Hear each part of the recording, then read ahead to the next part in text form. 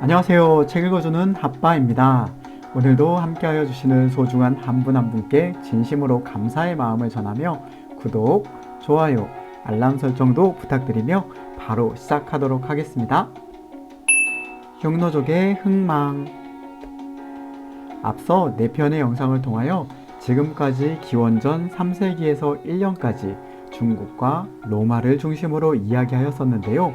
오늘은 흉노족을 시작으로 하여 이 시기의 주변 국가도 함께 살펴보고 기원전의 시간을 마무리하도록 하겠습니다.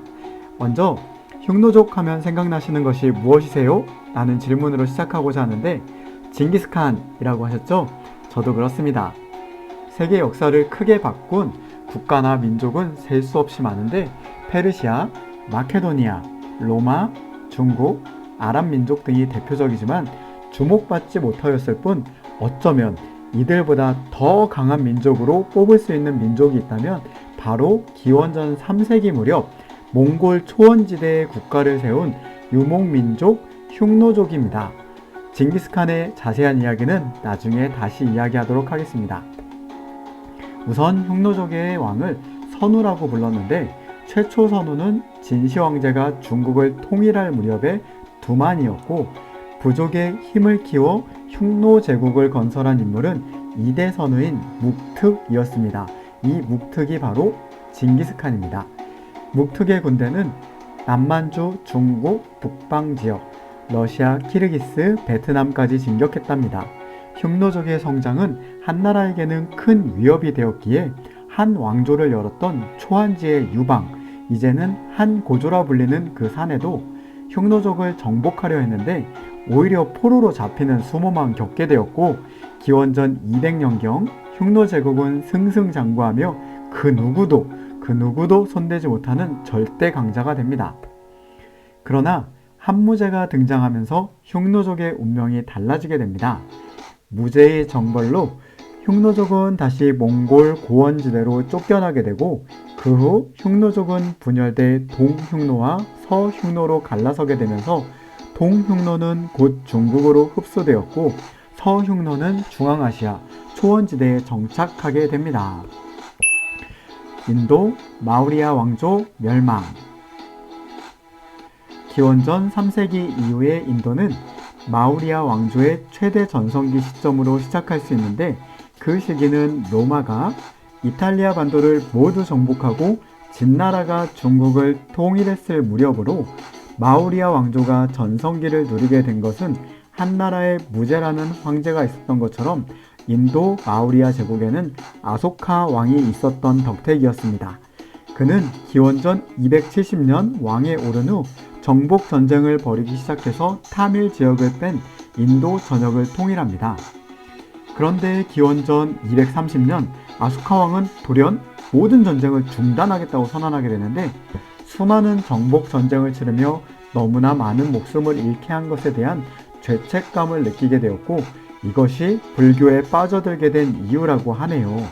그로 인하여 마우리아 왕조는 불교의 가르침에 따라서만 통치할 것을 선언하게 되었고 그런 아소카 왕의 결정에 영향을 받아 불교는 인도 전역뿐만 아니라 동아시아에까지 전파가 됩니다.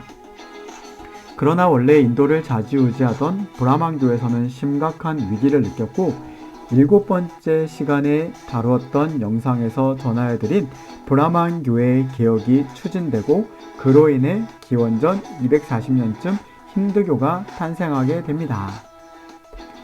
이런 상황 속에서 기원전 226년쯤 아소카 왕이 세상을 떠나게 되는데 강력한 호랑이가 사라지니 눈치만 보던 브라만 세력이 이때다 싶어 곳곳에서 반란을 일으키고 그로 인해 마우리아 왕조는 더 이상 중앙정부의 역할을 하지 못하게 됩니다. 그리고 한 나라에서 문경일치가 이루어지던 시점인 기원전 180년경 브라만 군사령관 푸샤미티라가 마우리아 왕조를 무너뜨리고 흉가 왕조를 세우지만 이때부터 인도 서북부 지역 대부분이 파르티아의 지배를 받게 됩니다. 파르티아 제국은 기원전 247년 페르시아에 만들어진 나라로 이란 혈통이긴 했지만 헬레니즘 문화에 뿌리를 두고 있었기에 정통 이란 민족의 지지를 얻지는 못했지만 기원전 120년쯤 서아시아는 물론 인도의 북서쪽까지 이룬 거대 제국이었답니다. 고조선 무너지고 고구려 서다. 한반도는 중국과 지리적으로 가까이 있고 세계사적으로 볼 때 나중에는 중국 문화권에 포함이 되기에 중국의 역사와 밀접한 관계를 지니게 됩니다. 진나라가 중국을 통일하자 고조선은 움츠러들었고 진이 멸망하자 기운이 다시 살아났지만 한나라가 들어서자 다시 약해졌고 한의 무제가 등장한 이후에는 멸망하게 되었거든요. 이런 한반도의 고조선의 멸망과 한반도의 분열은 중국의 춘추 전국시대 진나라, 한나라를 거치면서 많은 중국인들이 전쟁 없는 한반도로 비난을 오게 되는 시점부터 살펴보면 기원전 195년 위만이라는 중국인이 천여 명을 이끌고 고조선에 도착하게 되는데 고조선의 준왕은 위만에게 벼슬과 땅을 주고 정착할 수 있게 도와줍니다. 그런데 위만은 은혜를 원수로 갚네요. 바로 정착한 다음 해인 기원전 194년 위만은 준왕을 공격해 고조선의 수도인 왕검성을 점령하고 준왕은 남쪽으로 달아났고 위만이 왕에 오르게 됩니다. 이때부터 고조선을 그 전과 구분해 위만조선이라고 부르게 됩니다. 그러나 위만조선은 그리 오래가지 못하게 되는데 한나라의 무제가 북방의 흉노족을 몰아내고 1년이 지난 후 기원전 109년 한나라의 10만 대군이 쳐들어왔고 위만조선은 저항했지만 상대가 되지 않았습니다. 기원전 108년 왕검섬의 함락으로 고조선은 멸망하게 됩니다. 그 후 한나라의 무제가 사망할 혼란에 빠진 시기에 한반도에 다시금 새로운 국가들이 하나씩 탄생하기 시작하는데 우리가 삼국시대라고 부르는 바로 그 나라들입니다. 가장 먼저 한반도의 동남쪽에서 기원전 57년 아래서 태어난 박혁 거세란 인물이 신라를 세웠고 신라가 건국되고 20년이 지난 기원전 37년에는 압록강 유역의 졸본에서 부여의 귀족이던 주몽이 고구려를 세우게 됩니다. 고구려는 국가 탄생 과정에서 한나라가 설치한 낙랑과 임등군에 대해 무장투쟁을 벌이면서 성장했기에 우리 민족 의식을 고취시켰고 이에 고조선 유민들이 속속 합류하면서 고구려는 급속히 성장하였답니다. 더불어 훗날에는 만주 일대를 장악한 뒤 중국과 패권을 다투게 되는 대제국으로 성장합니다. 마지막으로 고구려가 건국되고 19년이 지난 기원전 18년 고구려 건국 세력에서 떨어져 나온 온조 일행이 위례성의 도읍을 정하고 백제를 건국함으로 이로써 한반도의 삼국시대가 열리게 됩니다. 일본 철기문화 시작되다.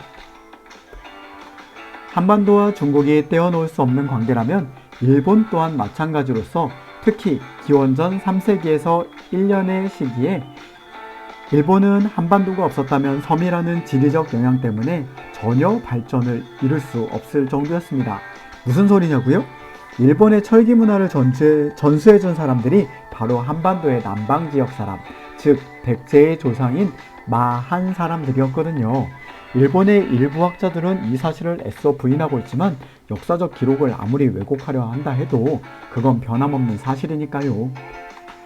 이렇게 오늘까지 기원전 3세기에서 1년까지 주인공이 아닌 조연의 모습을 지닌 주변 국가까지 모두 살펴보았습니다. 그로 인하여 기원전의 큰 줄기를 지니는 사건들을 모두 살펴보았고요. 너무 수고 많으셨습니다. 다음 시간에는 전체적인 맥락을 잡는 시간을 한 차례 가지고 예수님이 오신 후의 시간인 서기 Before Christ의 역사 속으로 달려가도록 하겠습니다.